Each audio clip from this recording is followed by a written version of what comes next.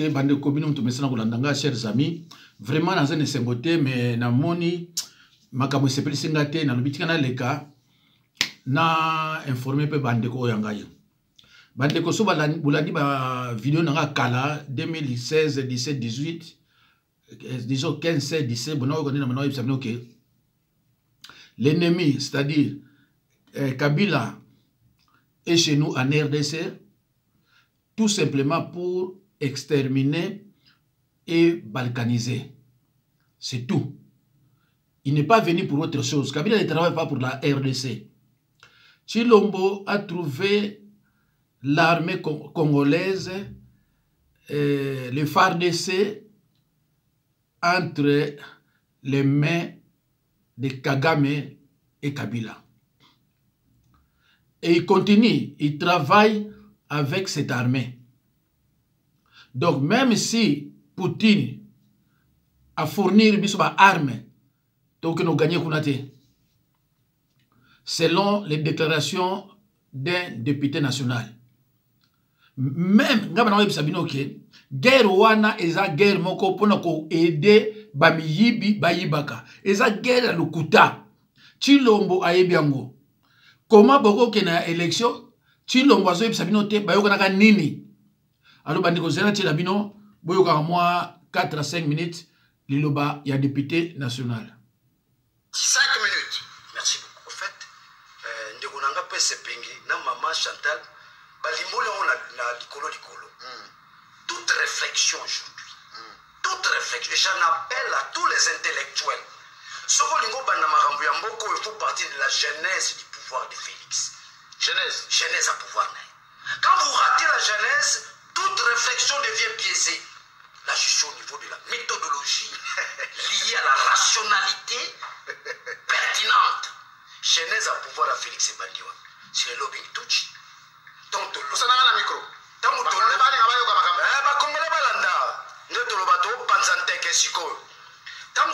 Genève, Félix azala ba mointe, Camille azala ba mointe. Balobi, lelo yo, et comme Martin Fayoul. Nanyo alongola bango na Genève au bakene Nairobi. La réponse est simple. C'est le lobby touchi. Bon, moko bani bayo bakso ba vérité ce que ngo bima. Liboni likamo la soloba. Peuple congolais bo la ngabo batela ngai. Parce que plan na bango ezali mutu to ko dénoncer likamo foko bomae. C'est le lobby touchi qui supporte ba frère na bango makamno so ba se retrouver na Nairobi. Nairobi sont des nulotiques. Mais namboko to zaka la makambo to mona Kabila na Mbemba. Bakenda kokutana. Bakenda Nairobi te, bakenda Brazzaville, bakenda Cameroun te. Ils ont appelé ça l'accord de cascade. Ah voilà matadi. Mais bango ba kokende Nairobi pour la nuit. Wana to sala ba monsieur Belé sur ça. C'est pour dire que le pouvoir actuel a tabazu a mindu kinyo sa Ukraine ba pesi Félix a déclaré guerre. Poani.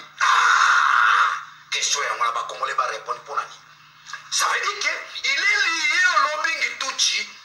Bamuntu ba memaka na Kenya, tazare défable. Azare défable. Ako déclaré guerre te ata Poutine abi Félix na yoki bana Congo ba leli mingi. Moni minduki yo nazo bundisa Ukraine zwango. Donc Félix a lobaka oh non moi j'ai pris Kagame c'est mon frère on va résoudre ça. Bandeko na banzi boyoki. Oyo boyoki bino ba congolais bo banda ko réfléchir. Bino ba congolais oyo boyoki bo banda ko réfléchir. Na koloba na bino combien de fois? Est-ce que bino so mona biso FARDC so bunisa Rwanda? Mais dis donc, FARDC na Rwanda boko nele kimunene. To kobi ko sala makambo ko kendeke Angola, ko kendeke boye, mais nani a répondre bino? Macron asimi mulanya masanga. Il faut réfléchir bande konangai. Président Oyo aza mboka obaza 5e puissance du monde. Ayem na mboka na bino asimi masanga ake abini na mwasi. Faut le koeba. Alaxi bino ke awa pa na bino. Vous ne réfléchissez pas. Mais vina bino zawapi masanga Kobina, Mwasi, Misatuano. Botala ba vidéo. Botala ba vidéo Macron nenga simbi Moulanga Masanga. Botala ba vidéo na piste Macron nenga simbi mwasi. Biloko oyo awa na mboka na yasala gangote. Mais ayeko lakisa bino. Alobi problème na bino eza na kati ya mboka na bino na kati eza libanda te. Mais eloko nini ezoboma bino masanga kobina mwasi koyiba. Mais banda Tshilombo asakota bino somona aloba mabe pona Kagame ba poser question na Belgique aloba nini pona Kagame Congolais boso na makombangwa na Belgique awa aloba nini ta batuna ke pona Kagame. Il faut comprendre bakamongo. Soko lingo yeba luka oyeba pouvoir ya Tshilombo azu yango ndenge nini. Mais tango azu yango Macron yako loba nyoso mais alobi non, il a mis ça entre parenthèses. Tshilombo tango azu pouvoir bayoka na nini mbala boni na koyebisa bino. Baloba na ye ko meka ko simba armée te, so lingi problème te. Soko lingo za la vie ko meka ko simba armée te. C'est pour ça que Tshilombo vous savez kobima ko tambola kobima mutu ezo sofeye. Mais c'est une honte bande ko ngai pour na ko loba pa batu que nous sommes agressés par le Rwanda. Mais c'est une honte. Mais c'est une honte. Que Barwandais, ou t'as menacé Barwandais, tant que la carte géographique, mais non, c'est incroyable. Ba ex-femme, armée Nabiso, Minduki Zate. Si on va dans Minduki, mais ça c'est Zate. 4 ans. Biloko et Banda Camp. C'est depuis 94, Banda 94, que Atoasu n'a armé. Non, c'est depuis 94. Oh yo yo. Baso menacé biso ouvertement boyé, donc on sera rien. Mais qu'on s'en a armé, et ça là avant 90. Après la guerre à 80 jours, tout ça sont armés. Et là, quand on Congolais, alingi véritable qu'on a été. Et bon, Québec musica. Congolais alingi alandaka na ba vidéo, acha ba commentaire bozoba, c'est ça. Biso ça a armé avant 90 déjà, tout ça sont armés. Raison pour laquelle Batouana va kota ki bazuna ba tinakin. Peut-être que vous avez armé. Ndeko nanga. Tant on a zomona bato sa manifestation. Mais manifestation buzoba. Mais vous la manifestation pourquoi? Mon dieu zuka mabino vous la manifestation pourquoi? Problème la bino na kati ya mboka armée. Et c'est combien de fois na lobby yango mais kende okuta bato bazo kumisa kabila, bato bazo kumisa Mobutu. Bato ba nuire mbo peuple o ba bomi mboka. Quand tu parles de Mobutu, pourquoi ça a un. Quand tu parles de Lumumba vérité, pourquoi ça a un. Quand tu parles de l'autre la Tshilombo, pourquoi ça a un. Mais bosa bato ndengini. Bosa bato ndengini. La plupart entre vous, boy ba politique à sigote. Tango ba petio yo ba chema ba marche wa tout ça, pas yo ba ndolu ko ba politique. Mais yoka biso ba ancien. Toi, ma kabebele. Nasana batumo batini ngama Mobutu awa mais c'est pas aujourd'hui pour on a tiango. Bazo benga pire qu'un démon. Awa. Toza awa na banda kwa poto, banda musuto lala awa batonga ngo ça fait plus de 60 ans. Batozo bénéficier nango. Muto c'est 32 ans de pouvoir. Soka tika bandako. Atika armée, mais tis ko tozo bénéficier nango. Mboka comme passoire et comme si on va mourir bazo soit bato na Kinshasa. Mais ça mawa bande ko ngai likambo oyo député oyo à lobby bo banda ko réfléchir ngala loba na banda kala ngabi quand je regarde comment je dis mais non, Kabila est venu pour exterminer le peuple et balkaniser et on a le bayango wana bozo ndaka bato moko to bébé politique te bozo ndaka bato moko oyebi na rien. Est-ce que bon nani politicien na bino est-ce que balobi la likamo ya armée? Non, balobi la likamo élection pour pas que ko yiba balobi la armée te. Problème eza na mboka na biso zaka moko armée oyo ba président ni so ni banda ba yebi oyo communauté internationale ba yebi ke ba bloka bino armée za notage premier pays au monde oyo armée na kati ya mboka na ye eza ya bapaya. Donc mukolo ba otomboka babomi bino. Mukolo ba otomboka ko babomi bino. Donc politicien congolais ne comprennent rien. Ba député mandez aussi la mikolo yo ba ko opposant. Anenyo so basali balobi ere côté. Député oyo mandez aussi la zo ko bisali kamuna suka. Parce que to sali. Parce que to sali. Parce que les Camerounais bino fallait pas débattre dans assemblée. Mais bazui bino voiture yango yo. 21 000 yango yo. Allez kanga mnoko na yo ici. Politicien congolais wana. Ba sénateur pareil. Donc ba parlementaire donc c'est pas la peine. Ba ministre ce n'est pas la peine. Ah mais le ombo kadeni. Tala Soudan. Ba tu vas travailler beaucoup de changer. Tala Éthiopie. Ba ministre va travailler beaucoup de changer. Ba ministre na bino jamais ba kamataka bilan na bango même mensuel. Même annuel. Et ça va côté. Mais on peut gagner nini. Mboka ba zoba na ba zoba. Ba bilan annuel est raté. Trimestriel est raté. Bilan annuel. Rien. Ah mais on peut gagner. Qu'est-ce que vous espérez? Vous espérez ni? Vous espérez ni bino. N'a pas bino que tu l'ombo on sait rien. Parce que la vérité belé. Et ça me sur le col baoté parce que nga zappelé kolomboka. Ya lo Macron ta ma petite na kinga kolo banangate. Non, le belo. Mais ça m'a bien bandeko. Hein? Vraiment ça m'a. Bon, comment vraiment pitié, on va venir pitié.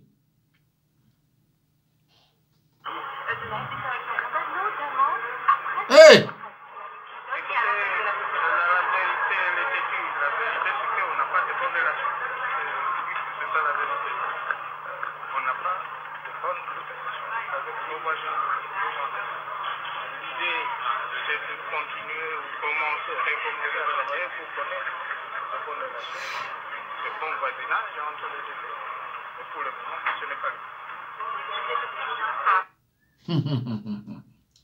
Eh Nzambe.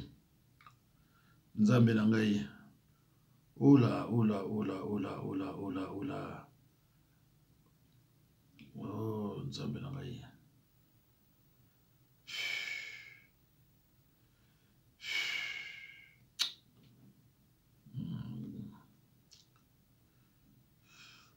Bandeko na mboka na biso babomi mutu 4 jours na boulevard mutu ala na wana bourgmestre qui parana été député provincial qui parana été député national qui parana été ba passant qui parana ba été ba tozo le kana ba 4 jours au moins ndeko boza ko s'attendre nini na mboka ya boye boza ko s'attendre na nini na ba politicien boye bazaneti ba ngulu na bataba en cravate monde entier ba politicien modèle bo bazaka na RDC monde entier pays ont souffert de RDC zate mettez la richesse hein pays ont souffert de RDC zate problème à l'intérieur batika problème wana bazuki olukula libanda bakambo omboka nini ba marche bosa pourquoi marche bosa pour réclamer quoi balaki sibino kuna na kati ya mboka na bino babina bino tala masanga tala kobina musique tala nani basi na kimoyipi alternance makambo ya élection 2018 Macron ni ko lubango mekangi monoko Paul Barabino na yebi nengo lekaki yango teza la base à tout nengo lekaki yango te créer ba problème si lo bokuta mboka ekufa okuta mboka base bazongo na otage kala oyima ka batreta kuna te okoko cha mutuna yo yebi pourquoi Mobutu lobaka après moi c'est le délige oyima Mobutu pourquoi lobaka comprenez mon émotion hier lobaka miso ga. Mais souvent, comme comprenez mon émotion, après moi, c'est le délige. Vous savez pourquoi Kabola a kindu? Quand on a une histoire, ils ont babino. Faut que vous ayez oh yo, et sa finition. Oh yo, tu dois vivre les lots. Et sa conséquence, et sa causalité. Je reprends. Oh, tu dois vivre les lots. Et sa conséquence, et sa causalité. so olingo luka cause kende zonga musika Kabila na botamite so olingo luka cause nango Kabila na botamite awa tozali na kati ya poilu justement avant koma na répondre aliment na port AVC en proximité na société Locafex moto oyo akufi lelo 4e jour tala niveau Congo ezokende akufi lelo 4 jours mais mutu moko te l'état aza na kati ya boulevard tala boulevard yango oyo ezali pombre aliment soki olongo okomi na biti oyo eza société Nokafex ezali port libongo AVC eza baport privé ya bato oyo libongo tala mutu akufi pendant 4 jours l'état azomona na miso bakwarushi bazomona na kimona meso moto azopola kaka awa solution eza te soki ekomi makambo ya Fally Ipupa ayami Macron telemi tala situation ezoleka na kati ya Congo moto azopesa bino honneur ya mboka lelo yeyo 4e jour yango oyo moto bafinika ye akufa na mutuka te avant na alaleli bapine akufi ni solution eza koleka awa jusque là ba responsable mieux placé à mboka ba jipi na banga ezoleka na boulevard yango yo a 0 mètre bazokoka kutu kosala eloko te et puis soki olongwe awa opusani état-major ya port Selco état-major ya la police oyo ezali port Nokafex si vous avancez okomona baporo mibale antriake okuti na état-major Selco oyo ezokoka koya kolongola cadavre oyo asi akufaki pana mikolo minei sans solution nzoto ebebi moto aza kopanzana leta boza wapi soki ekomi makambo ezanga ntina botelemi soki ekomi makambo ezanga na ntina botelemi merci beaucoup bandeko bato bazogere mboka toza wapi awa na poto moko sunga awuti kaka pembeni na bimaki par mégare na betili bako na kwei bato bazali na voiture bazoleka batelemi on peut vous aider ngabi non c'est pas grave nasalaki 5 secondes te bato bakomi deja wana oro kezali na ngali bako mais tala na mboka na bino bongo tango yo ozo yoka kenga na okufilanga na mboka awa na mboka na France bakundanga awa yo zo mona omba be olingina inokufila wapi na mboka o ezanga nini assurance ezanga rien je préfère na kufila awa mes enfants sont ici kinaki nokufa na mboka ya merde boy oyo mutu ayebi valeur ya mutu te mboka mba mutu ayebi valeur ya mutu te c'est grave donc ngaiko mutu oyo eza na RDC même alati cravate propre namona kene tika ba mutu alati cravate oko soza na kini ko alati cravate na yo ngazo mona mutu te parce que bato basaka boy te mboka ya bato oyo babengi bato basaka boy te pourquoi Macron azoya kuna azana besoin kaka ya ba musicien et pourtant ba professeur congolais bazana européen mais azana besoin kaka ya ba musicien oya awa boyaki pour avoir une puta comprendre oya kuna mtali boma andimi alexis bino makamna bino te vina bino zanan na ba musicien ba artiste musicien na ba comédien ya no mboka momimba ekundaka ba comédien ce que professeur akufi mutabaye le ba kiondra été il faut ba kundaka ka zoba ema wadi Monsieur le Président de la République, Outiko Sololane Emmanuel Macron devant toute la communauté congolaise. Emmanuel Macron lobi na yo, ba ennemi il y a RDC, il y a situation RDC, baza ya koluka, ou bien solution, on a pas problème, il y a RDC, il y a koluka libanda mbokate. Alors de grâce, Monsieur le Président, tikana no makamba voyage no qui ne connaît pas pavaner partout pour ne rien faire, pour ne rien produire. Emmanuel Macron a été clair là-dessus. Solution n'a pas problème à RDC, c'est à chercher au niveau interne. Donc, tikana no voyage inutile, pour gaspiller l'argent du pays, parce que chaque voyage, ça coûte plus d'1 million de dollars au trésor public, aux caisses de l'État. Bon, voilà, ça peut servir. Yo, on a le bébé si Macron que Makamozo Simbate, au répondre Macron devant tout le monde, si que si Makamozo Sueza aux arrêts, aux autres Kaposa, là-bas, Makamozo au premier temps qui va congolais, c'est parce que tout est concentré pour la situation à guerre à Est. Autre ébi qui ça le coûte, parce que Soudan a besoin de souffrir au Est. Salaire na bango na meza ya malunga te, contrairement à ba député na o basala elo côté ba déplacer des guerres ba victime ya guerre wana baza soutenu te ata mokolomo to kenda ko beta to soutenir bango. Alors ce sont des mensonges, mais les arguments ya guerre ya est comme eza carte joker na yo ozo utiliser pour ne pas qu'il y ait des élections, parce que discours on est comme déjà koya que non guerre ya est ko compromettre ba élection. Allez, comme si yo comme que makamno so et simbité makamno so koki ko sala ba congolais raison na comme si est si bien que guerre ya est y nango après.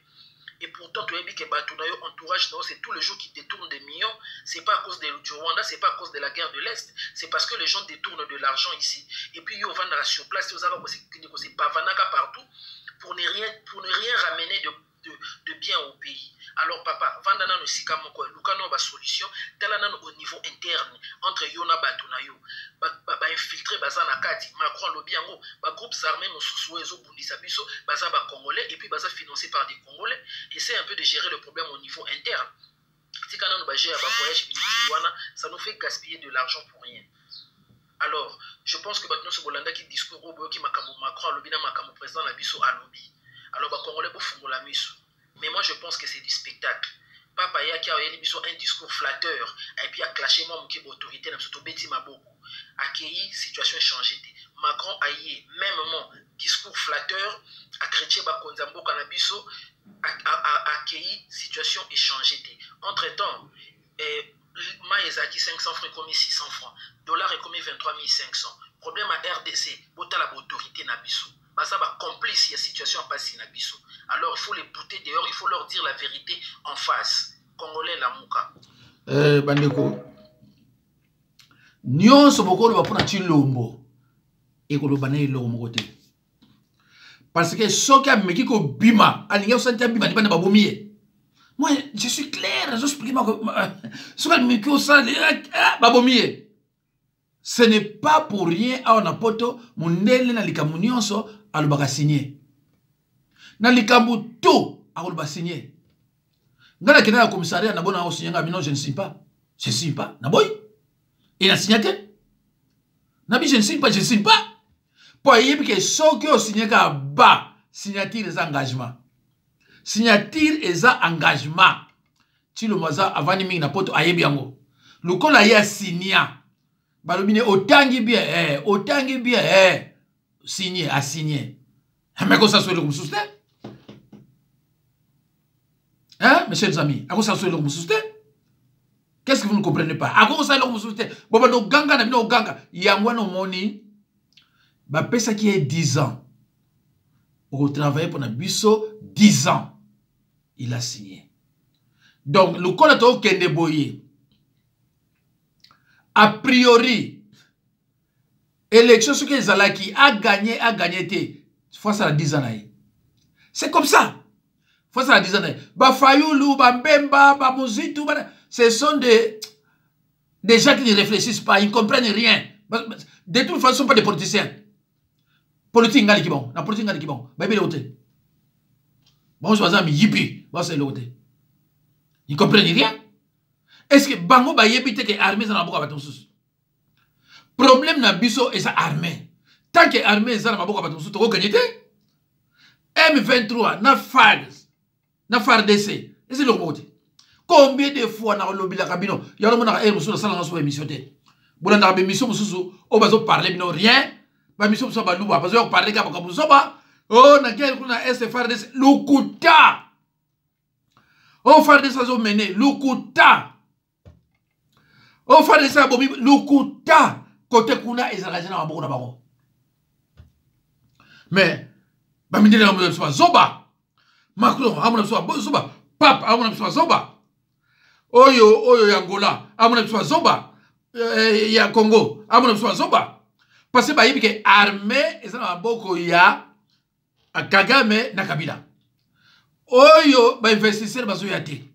Soki ba investisseur ba bengi ezo no tomber pays na Rwanda. Oh, mais investisseur ngo ko investir na mboka na biso. Soka bengi ego tomber wapi na Rwanda, ba bazobi. Donc tu lombo ninga termine na voyage na wana, ateleme na kaka, akene kaka, abe bisa pemboka. Quel motema mabe, asomona ke bilan na ye eza globalement désagréable. Mais alors il faut continuer là. Ah, ça me passe hein. Et ça passe hein. Nango l'examiner le mot ya kala. Ya Boko ba discours moko ya ezangata tina yoka. Notre pays traverse des moments difficiles. Une fois de plus, une guerre injuste nous est imposée de la part du Rwanda. En effet, Bande ko danga. de lors qu'une partie du territoire Bande ko danga. Makambo ko betaka maboko oyo. Soki boko tika yango te. Bobo nozaka ba zoba. To mona ki yo baba te, soki yo baba, soki ndani ba mususu na pata mbutu. Ernios. Mutasa mabe. Netu bu zoba. Muninga no mubali yo no betaka maboko la ernios. Ayo pasaka ndona te. Awa na France de kamonionso, il faut assembler na Sénat. Makama ba retraite ya liawa, makona tamona la ye. Mais ça y était et koti na kati ya assemblée.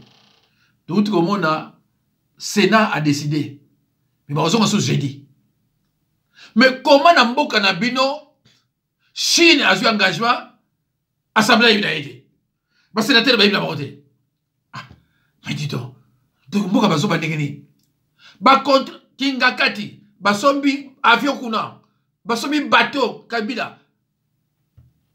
Ba député ba il a voté. Ba sénateur ba il a voté. Eh, tata nzambe, o bato ndengeni. Eh ba on va péter. Bazuyo zoba na kamwa jeep na 21 000. Bango bazuzo ba milliards, je parle de milliards. Eh, bandeko za mamingi.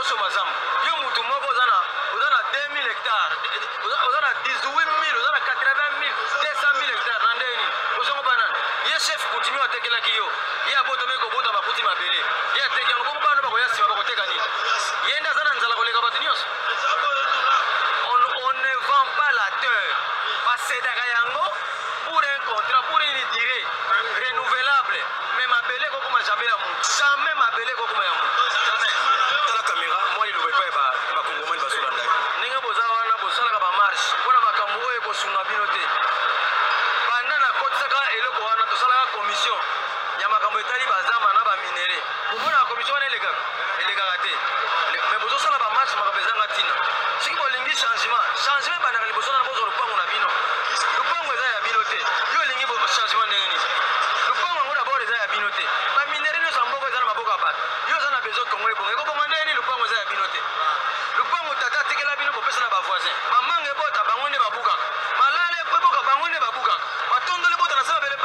swaka siko yo zo na bezo okobonga ndeni ya bora to zo na mboka to zo mboka nde to zo ngisi ko ekotala awa nini manga o nini minere o nini diama to teka to zo mboka to kabula ndenge nini me biloko nyo zo na maboko na bino te yo est-ce que bino boza sérieux mundele akosa kate alobi bino bozali les pays les plus riches du monde na se ya mabele na bino me to moni biloko yango me budget na biso 7 milliards baloka biso ou bien tozande bandoki merci mwana mboka po comprendre makambo tosala ngai loba na o nyonso nga naza congolais de père de mère bato mosusu bakomi bacongolais na 1900 okoko na nga na 1900 bamosusu bacongolais na 1800 mais tozonga 600 ans avant jésus christ yo koko nazalaki nani koyebisa ngake mabele na bino yango bozokosana bozela bokosana bozela merci mwana mboka bandeko omoni biso bacongolais tobanolobaka aboye tobanolobaka aboye kolobaka aboye solution ya banoza nango te problème na biso eza nini armée esili qui les a approuvés. Voilà, article 1er et accord et le Bénin. Il est créé en ce jour du 23 octobre 1996 à l'hôtel Lemera une alliance des forces démocratiques pour la libération du Congo qui sera soutenue militairement par les forces combattantes de l'AFDLA, c'est-à-dire l'Alliance des forces démocratiques de la libération d'Afrique. Article 2. Ici, Fachi n'était pas là. Fachi a eu pouvoir en 2018.